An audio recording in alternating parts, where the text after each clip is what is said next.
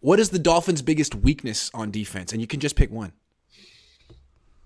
Um, well, yeah, but it doesn't apply. It doesn't apply for this game. I mean, and it's kind of silly because it kind of applies to a lot of different teams. Is if they haven't been able to handle scrambling quarterbacks.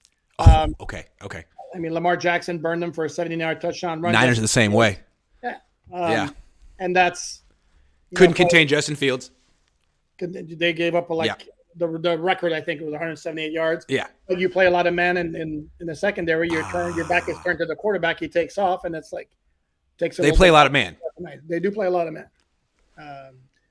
So outside of that, again, everything else has been spotty. The pass rush has come and gone. The run defense has come and gone. Although I will say this: no, the run defense for the most part has been very good. Outside of the big runs by Lamar, by Justin Fields, by Dalvin Cook, when they lost against Minnesota. But this was a case where late in the game, they needed a stop, so they bunched everybody to the line, and Dalvin Cook cracked the line. And once he did, there was nobody else back there.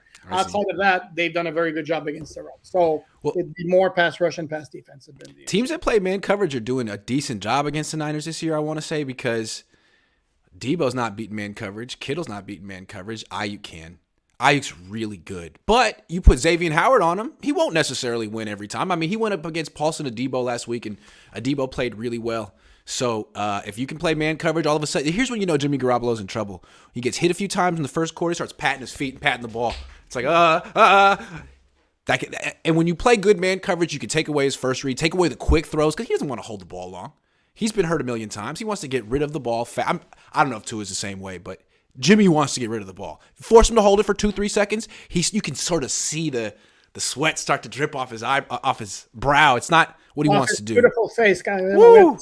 Yeah, he wants to be clean. He wants to play clean, pretty football. And once you rough him up and make him hold the ball, he doesn't like it. One thing that's interesting about the Saints last week, Dennis Allen in the red zone, he was dropping 8 in coverage, only rushing 3, and Jimmy couldn't make him pay. I think tell the people in Miami they should try that. Because if you're people used to do it against Drew Brees. If you're going to drop 8, I mean, you're kind of inviting the guy to run, scramble, do something. Jimmy's just going to stand there and throw it into the underneath cover. Yeah. He's just going to flood the underneath zone. Jimmy will throw it into it. I don't root against the 49ers. I just want both teams to be properly prepared. All right, I got another question. Let me make a quick point. It's funny because you mentioned Jimmy G wanting to get rid of the ball quickly. Yeah. With Tua, the opposite has been, because you referenced Tua, the opposite has been true. Oh. Tua is the guy who always wants to make something happen on every play. Oh. And this is what's gotten him in trouble, both in terms of bad decisions and when he sustained a concussion in the Thursday night game against Cincinnati, if you recall. If you remember the play, he had all day to throw. Yeah. And kept hanging on the ball, kept looking down the field, and eventually the big defensive tackle came up to him, and Tua thought he could just juke him, and the guy grabbed a hold of him and swung him around. So, the point of emphasis with Tua has been, if the play's not there, just chuck it out of bounds. Don't take chances. And he did that last week. I actually asked their QB coach, Darrell Bevel, how much he liked that play because it showed a sign of progress. And he goes, that was one of my favorite plays of the game. We've all been watching Tua since college, and it seems like he had an injury issue. He had an injury in college, and it seems like he thinks he's more athletic than he is. He thinks he's Kyler Murray or something, and he can run away from people. But he's a better athlete than Jimmy, of course, quick feet. But I don't know if he's going to run away from Nick Bosa. Be careful, Tua. No, he's not. Be careful. Kyler can. I don't know if Tua can. No, correct. And he doesn't. Again, you have to have one of the two. You have to have some bulk, or you have to have some I don't want to say crazy athletic ability, but way above average athletic ability. He doesnn't have either. That's why Tua has to beat you with his mind, his eyes, quick decisions, and his accuracy. It's not going to beat you physically. But it seems like he does have quick feet and he can reset well in the pocket and stuff like that, as opposed to Jimmy, who has the heaviest feet I've ever. Maybe it's just because you watch Tua every day. I've been watching Jimmy every day for 6 years.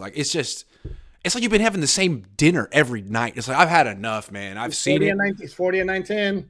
I've seen it. You take him. You take him, man. I don't want. Woo! Anyway, he is, though. Good for him. Can't take that away from him. No, can't take that away from him. You're aware of that because that's a big talking point here. Dolphins are 8-0 when Tua starts and ends. And finishes, yeah. Which omits the fact that, as I mentioned before, Armstead missed a game and 3 quarters during the 3-game losing streak. And also they had a quarterback change in each of their 3 losses. Right. Oh, and by the way, they also didn't have a defensive takeaway in any of those 3 losses. But that's so it's not just a Tua effect, right? Got it. I mean, seriously. And for example, against I'm sorry, I mean, go ahead. In Week 6 against Minnesota, which was a Teddy Bridgewater loss. They were rallying to take the lead in the fourth quarter. Bridgewater was on fire, completing everything, and then Jalen Waddle fumbles as they're about to take the lead, fumbles at the Minnesota 30-yard line, and they wind up losing. And that's a Teddy Bridgewater loss. And so I hate the one loss conversation when it comes to right, because it bugs me too with the Jimmy Garoppolo win loss. It's like, come on, like he's just single-handedly dragging the Niners to. That's not what's happening.